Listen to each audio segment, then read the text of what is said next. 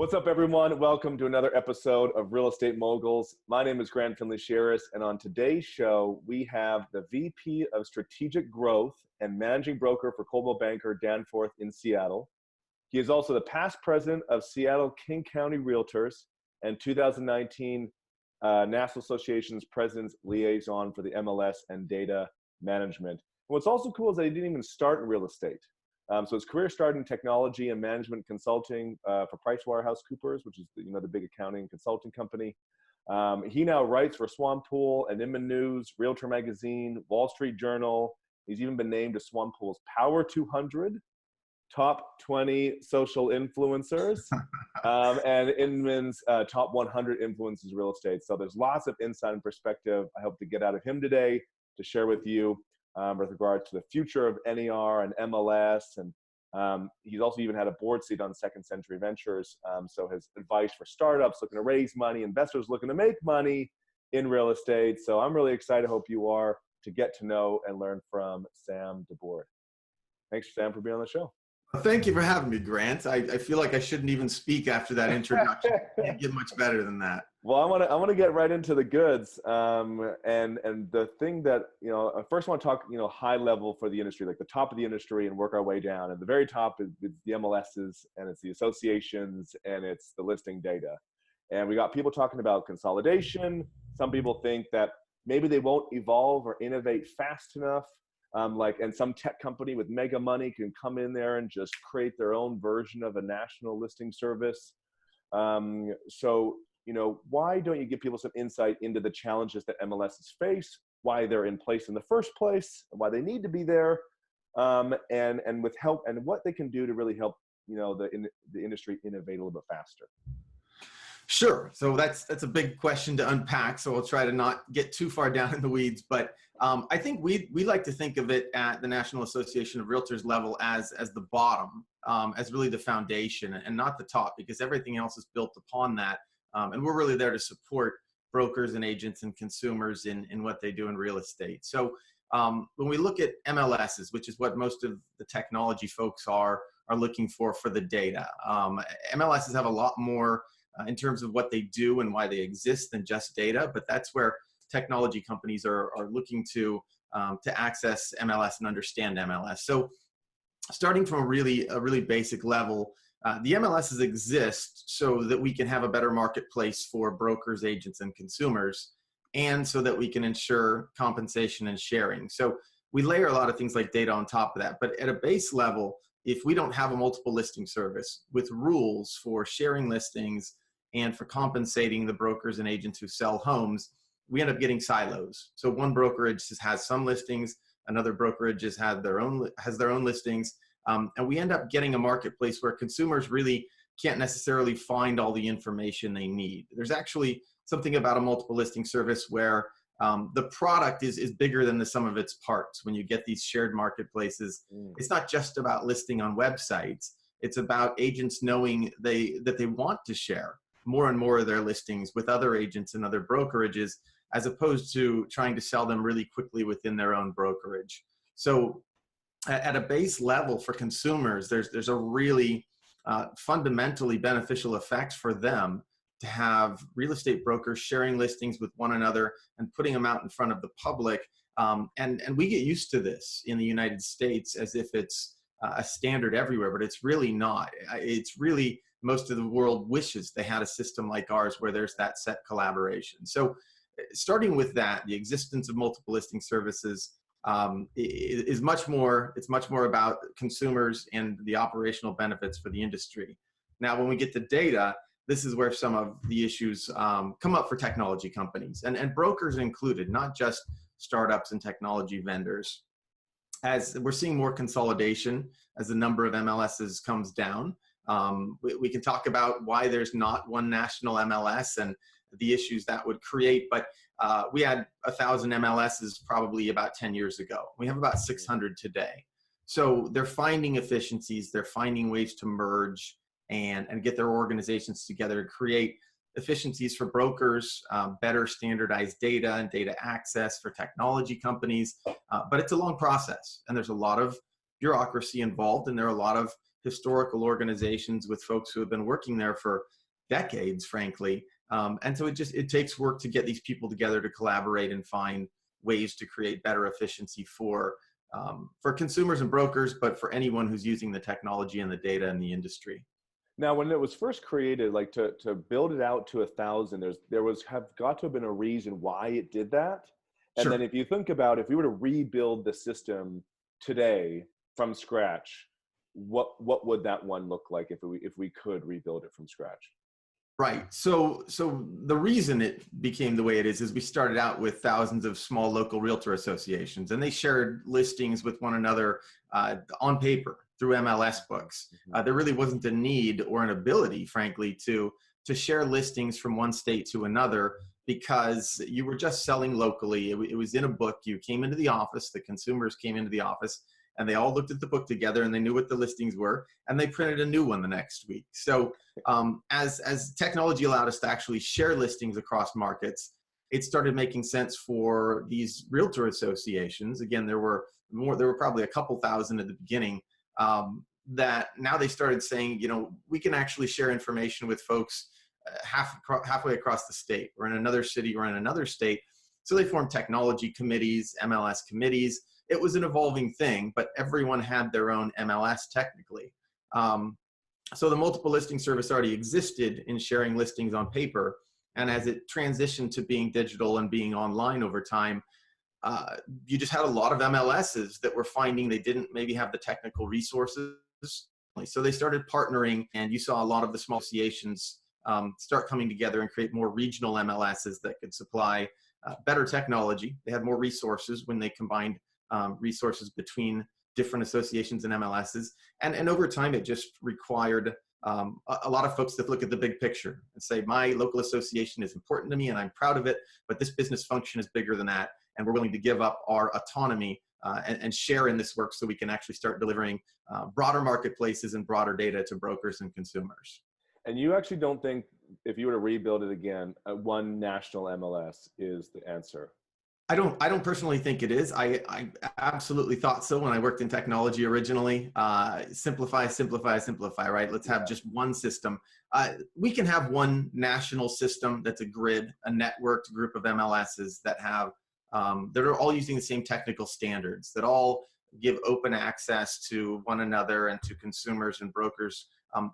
Obviously with rules. There have to be rules that protect consumers, protect clients' information, protect certain information that the brokers need to be giving certain data to certain kinds of vendors, so that it's just not gone everywhere without thinking about security issues. But when we look at the idea of a national MLS, so you've got one nationwide organization and it has one governing body. It doesn't have any competitors to force it to innovate, to force it to bring new technologies, to force it to try maybe new things that may be too dangerous, frankly, to try when you only have one organization the entire nation is running on.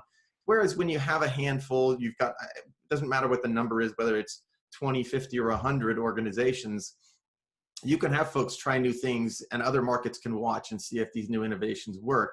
More than that, when you think about the regulatory issues with one national MLS that controls all of the listing data nationwide, whether you call it, antitrust issues or monopoly issues, you think about the federal regulators getting involved and having an eye on the operations at all times.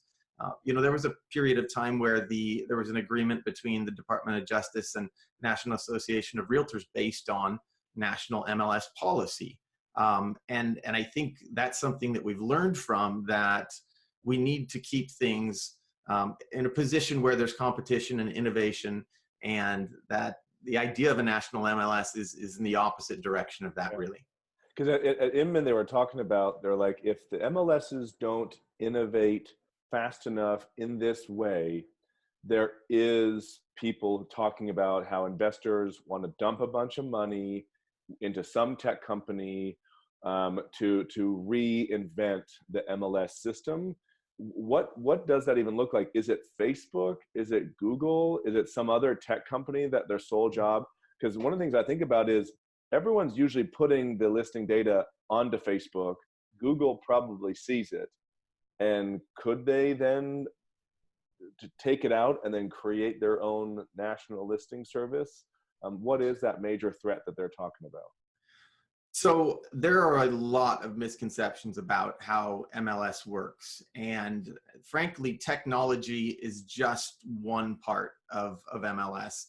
The idea that you could pour a bunch of money into software and all of a sudden have an MLS is really missing the point. The reason there's an MLS is because we've got a cooperative marketplace where brokers have agreed to take their clients and their product, which is listing services, and put them out there for each other to be shared and to sell to one another. It's really about a marketplace of sharing listings and basically serving clients with customer service. So that's the base level of the MLS. You could pour a lot of money into a technology venture that might serve brokers and agents and their consumers better, in which case you would have to convince everyone to leave their current MLS and the relationships and the rules that they've created with other brokers cooperatively, and say, let's abandon that and let's move over to this new technology platform that as of today doesn't have any partners. There's no one else there to share my listings with right now. So if you could convince the entire industry to jump ship from their current MLSs and everyone at once jump into a new technology venture, that would be very difficult, but it would be an MLS. It would just be a new MLS. So I think that it's great, frankly, that there are innovators and technology companies pushing the MLS system to get better, because it does need to improve. And there are still silos, and there's still a need for some consolidation and improvements. The best thing is a different kind of MLS or a better MLS.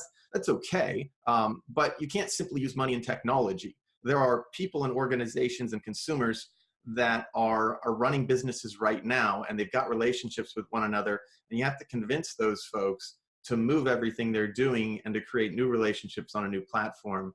And so it's when we have folks speaking from stages who make broad proclamations about MLSs, there should be one MLS and it should be free. It takes a lot of time in this industry to understand how deeply embedded those roots are and those relationships with the companies and the people involved. Now, one of the things they do talk about is the resources of an association, of an MLS, are limited. And investors, they want to fuel innovation. They want to help the industry innovate. And do you see a way, because I even asked this to someone else that said, can investors find a way to is there a business opportunity for investors to give money to MLSs, to give money to the associations to help them get to where they need to be? Yeah, so I think there are a couple ways. It's a great question, because it's something it's rarely asked in terms of, can investors get involved with the MLSs and associations? So I think there's a couple ways that can happen. Realizing that there's difficulty going directly to a lot of MLSs as they are part of a nonprofit association in a lot of situations. So there are a lot of restrictions there, and it might be difficult to go direct. There are some for-profit MLSs.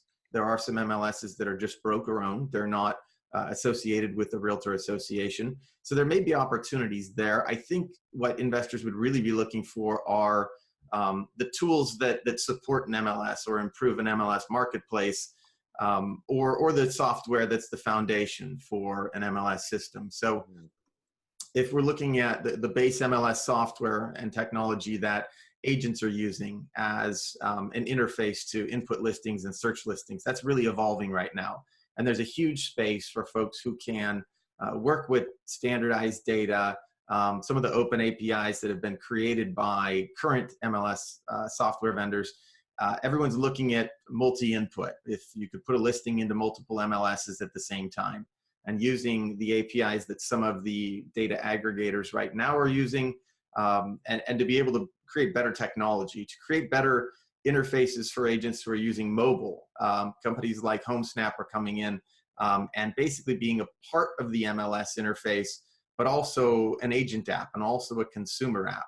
And to be able to improve that, the user experience on MLS tools has traditionally been pretty bad. So companies who have that sort of ability to invest in software that improves those systems, or the sort of ancillary software services like showing services that improve the MLS marketplace. Again, I think we've looked at Second Century Ventures, which is a subsidiary of the National Association of Realtors, and it invests in companies that improve the real estate transaction and experience, but also reinforces the value of using a realtor in the transaction. I think those are spaces where investors can get involved in technologies that are going to have the support of realtors. And I think it's really important for folks to understand that those are the boots on the ground that are paying the bills for really everything that's happening in the real estate industry. So if you work with companies that are likely to not only solve very concrete problems that agents and brokers have, those translate to MLS as well. MLS is the primary business tool that agents use every day. And we'll also have the backing of the National Association of Realtors.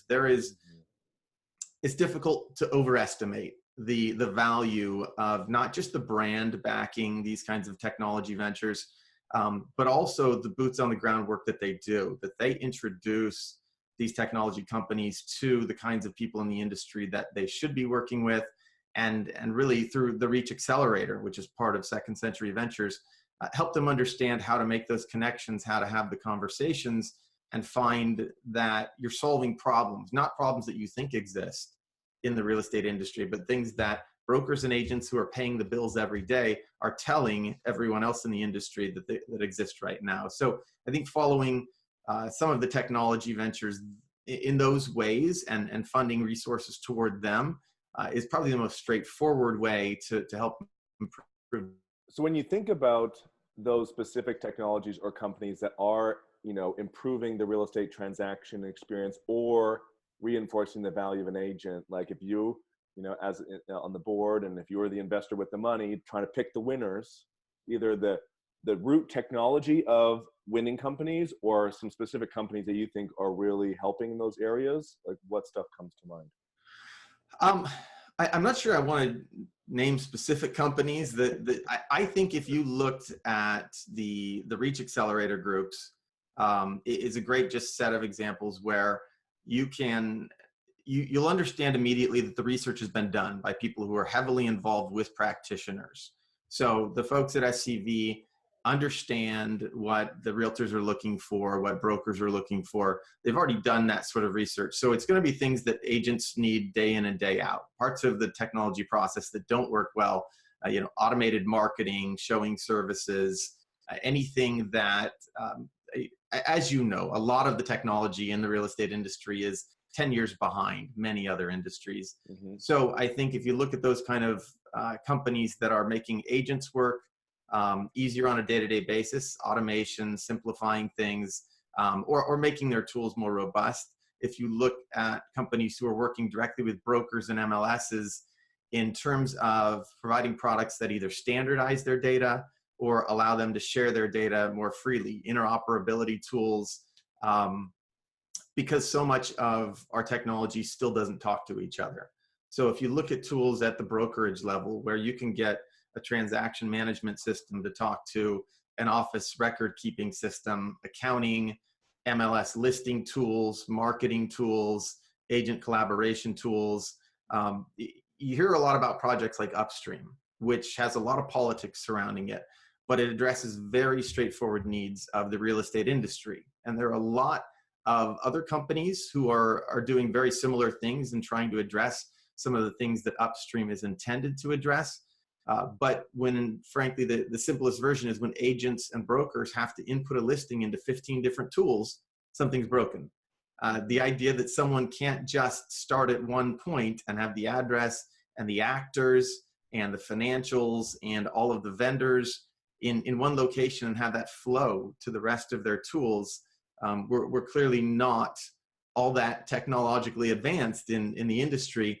When those are the simplest fields. I mean, if we're just talking about the listing itself and we can't have a standardized way of sharing that with all of our tools, there's a huge opportunity for investors and technology companies to create those efficiencies for brokers, and brokers will pay for that.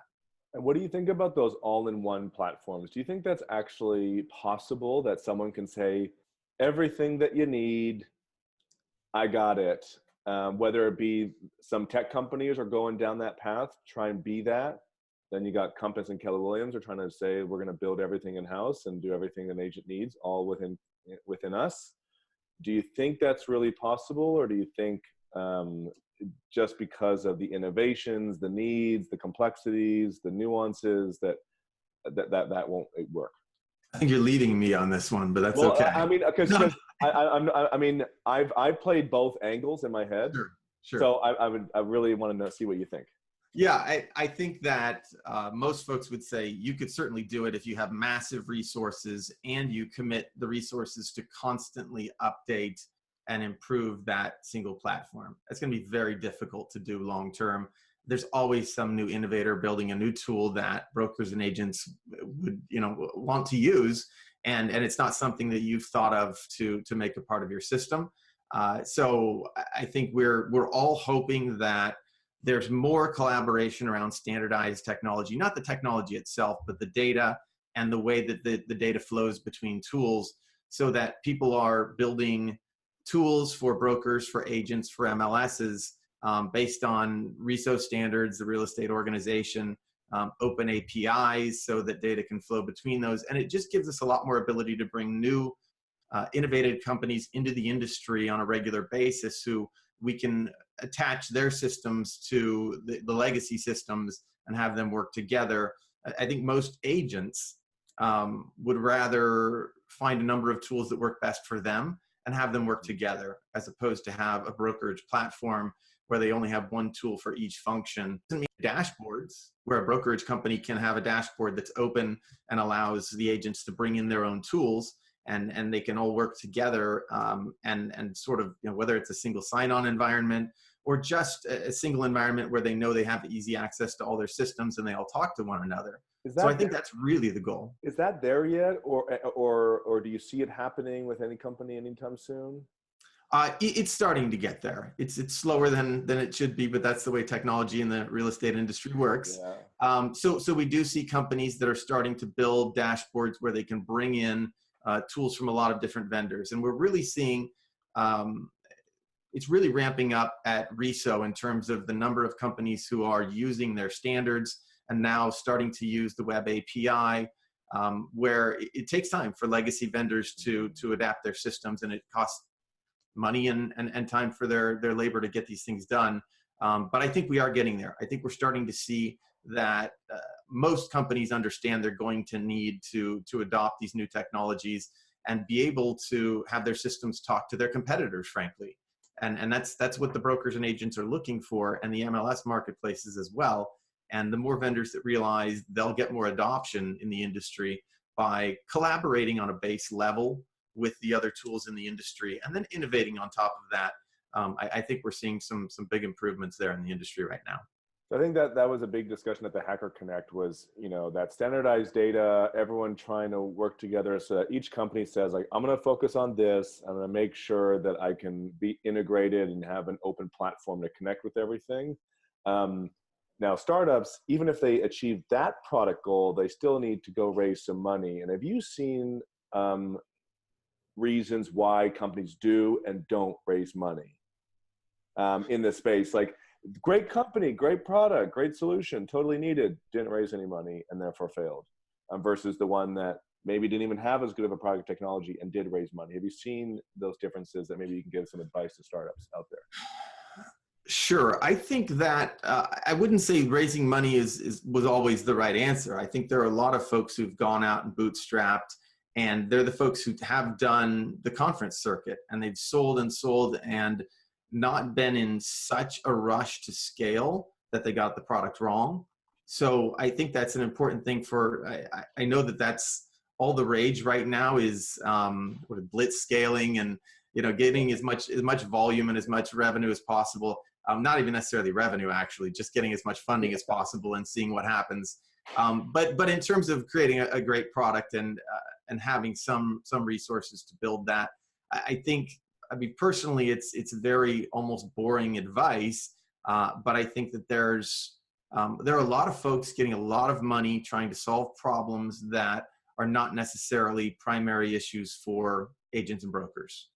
And consumer always has to be the end goal, but for us, in the space with National Association of Realtors and at an MLS level, it's about trying to build a better system so that agents and brokers can serve consumers better, so that they look better, so that they're more efficient and and more productive, and they can spend more time with that consumer. What are those? What are those primary issues when you talk about those? What would you call that? Like, label some of those.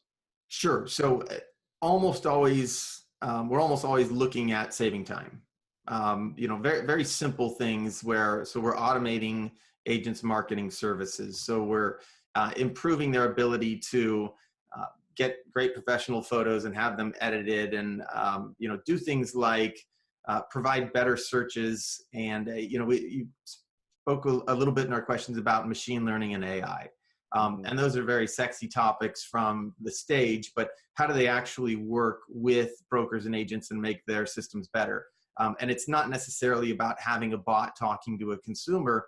It's about understanding what's in the photos. One of the most simple things that we hear about with a lot of new technology is not just having a system to understand the photos, but organize them so that we can have consumers do searches and say, I just want to look at kitchens, or I just want to compare backyards. I think there's a lot of simple things like that that take a bot, as we talked about, that does simple things like automates the dates and the contract timelines and make sure that the agent's on time and make sure the consumer knows what's coming. Simple things that just take an agent's day, which has probably 200 different functions, and taking any of the process out of their hands that doesn't need to be something that a human should be working on. So it's really time-saving measures in most ways. Those are the things that agents are willing to pay for. Okay, so let's jump to one of the things I did want to get into, because it's a nice segue, is you as the managing broker, you as the VP of strategic growth, you must think there's all these things I wish my agents did a whole lot more. And what I'm hearing sometimes is, hey, maybe they don't have the right system set up and they need to spend more time being a business owner setting up the systems. Or no, they need to spend more time learning more about the market, because that's really the needle, that they still don't know enough about the market and being a smart agent, being a good marketer and negotiator in that actual process. Or no, at the end of the day, they need to get out in their community more and they need to build more relationships and be a local expert and follow up more with their database and just build that database up. Or, hey, leads are working if you're good at it, and that's a simple way to make money, get cash, and then start giving yourself more time to get better at all the other stuff. When you try to rank things that you wish your agents did more, what do you think is that big needle mover? Yeah, so for us, our company is all based on efficiency. That's we try to do everything paperless, mobile. Our agents don't come into the office very often. We have about 400 agents out of 3 offices, and you could go into our biggest office, which is 220 agents, and you'll probably see a half dozen people there. We want folks out in the field working with clients. We want folks to be working from a home office if they don't want to get in the car and commute to an office and sit in traffic. I think we're seeing a lot more of that in big cities, areas where we need agents to be more efficient. So I don't want agents working on technology. I don't want agents spending a whole bunch of time on shiny things.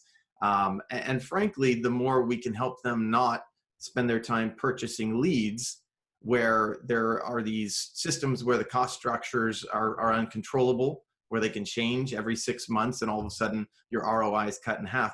I want them doing the basic boring things that real estate agents have always been successful with. So if we can provide a platform of tools that they've got a great CRM, they've got marketing systems, they've got transaction management systems that they don't need to come to the office to use, but they're easily accessible, then they can focus on the base business, which is serving clients, developing their skills and finding new clients. So I would much prefer they don't try to battle billion-dollar technology companies to get the best organic internet leads, although that's what I did for a decade and it worked very well. But as more and more money comes into the industry, that gets harder and harder to do.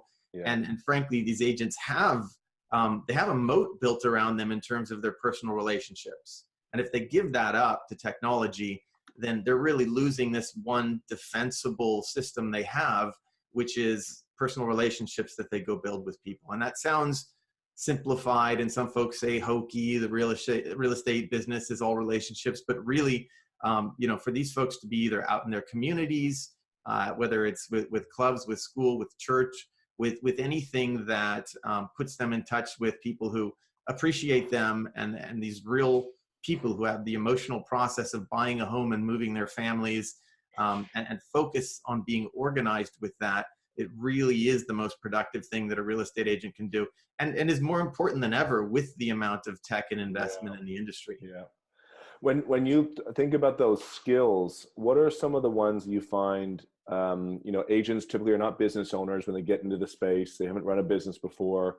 When they get their license, they don't learn a whole lot about building a business. Exactly. Right. So what are some of the skills that the agents really need to double down on, that when they really get mastered these things, their business takes off?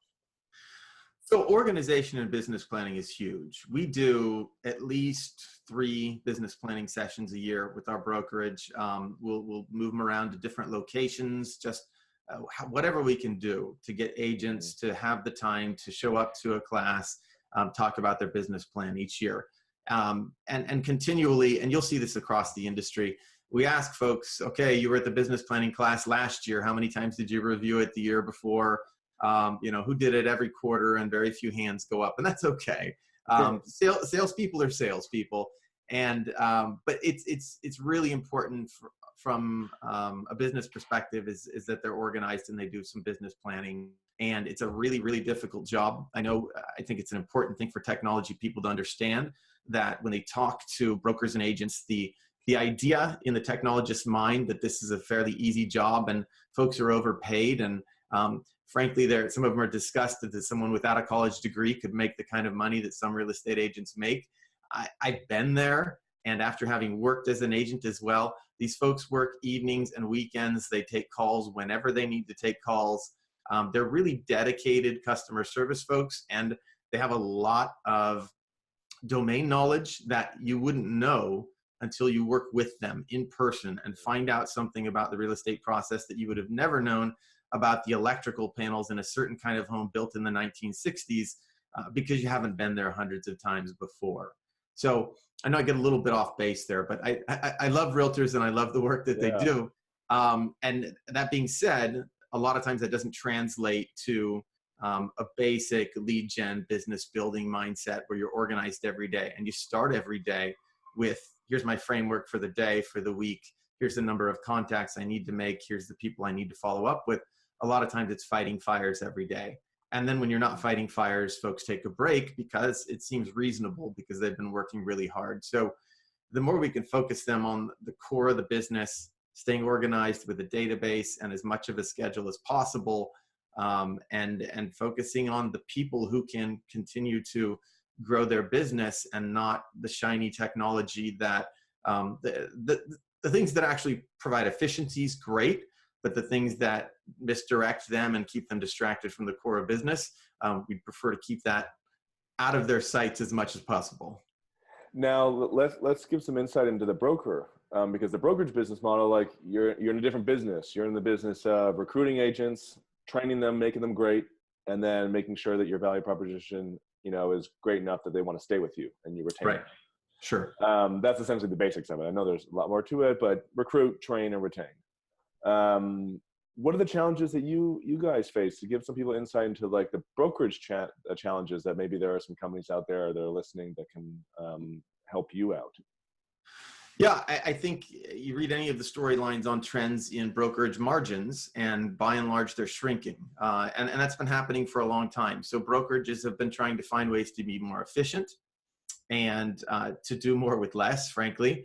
And that's okay. That's been going on for so long that anyone who hasn't already been making those transitions in the brokerage industry is probably in trouble. We've all realized that the traditional brick and mortar space has been overvalued by brokers. Now, there are certainly situations where you need some of that space, whether it's for meetings with clients or with agents or training.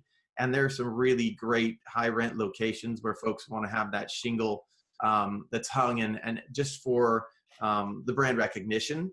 But in general, we go to offices with 150 closed doors and there are 15 agents there. And everyone's trying to, because we're real estate businesses, we should be really good at analyzing the costs of real estate and what that effect that has on our bottom line. But there are a lot of folks who are still married to the feeling and the pride of having certain offices in certain locations. So for us, it's really about focusing on what the agents want most. And that ends up being better splits than they got 10 years ago. That's just the way the market's headed. And then providing the tools that really do affect their bottom line, applying anything we have in terms of tools, whether it's from a national brand, from our MLS, from the association, that can support them with technology in their services, and then getting out of the way as much as possible. Not asking agents to come to meetings 3 times a week and sit floor time in an office and do all the traditional things that made sense 20, 30 years ago, but just aren't effective today. And so we really focus on that. Efficiency is probably the number one thing we talk about in any strat planning session or retreat with the brokerage management team. And when you guys think about the margins shrinking, there's brokerages have started to buy mortgage companies, insurance companies, and that be a way they help subsidize some of the lack of profits that they're making in the real estate business. Have you ever thought out outside the box and said, what are some other ways that brokerages or agents can make money so that if for the agent, their commissions are compressing, their income is not, because they'll be replaced by this, or if the brokerage, to be competitive, must continue to offer these great compensation structures, at least we can use our agents and our brand and our relationships in the community in this way so that we can actually start to now make money in these other ways. Has that ever started to come across your mind? Do you have any cool ideas that you think might happen in the future? So I think there are a lot of folks who are thinking that way. Personally, this may not be a popular opinion, but I don't like the idea of running a brokerage as a loss leader. I think that brokerages are putting themselves in a dangerous position by running a business as a loss leader in brokerage and then hoping that the ancillary services that you're doing will continue to be other revenue producing sources. Now, there are definitely folks who are doing it very well, making a lot of money. I think we see a lot of technology companies who will probably go in that direction, who have the ability to buy up other services and bundle those and hope that they can get those real estate clients to use those services. But I think you need to build a business that can support itself. And if you can also do brokerage and escrow and other services that become profit centers, that's great. But as we've seen with regulation in certain states, the rules change on a yearly basis, and all of a sudden you can't make any money on escrow for brokerages in a certain state, or clearly you can't steer your clients toward lenders and escrow companies.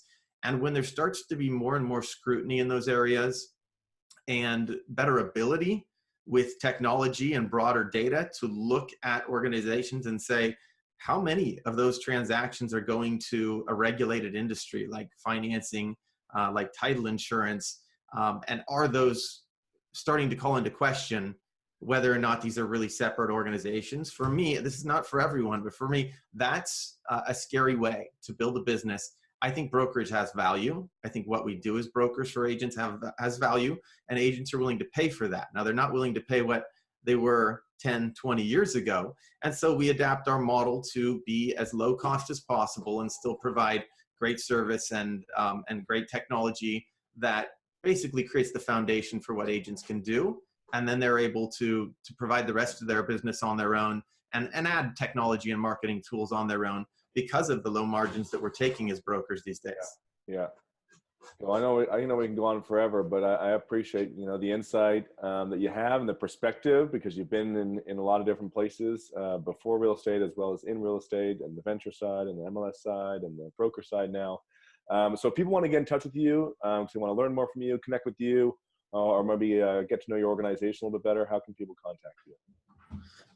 Sam@seattlehome.com is the easiest. You can go to samdebord.com. I write too much. I have sort of a big mouth in the industry. So got a lot of the blog posts from a bunch of different industry outlets that I work with there as well.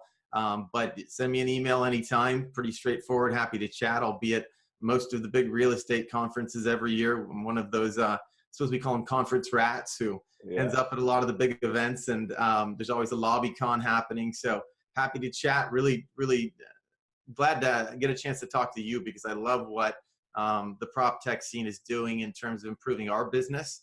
And I think there's a lot of opportunity. The industry is getting much more accustomed to technology being a big part of what we do, and not just being disruptors and taking people's jobs away, but improving the processes and improving the way we can serve consumers.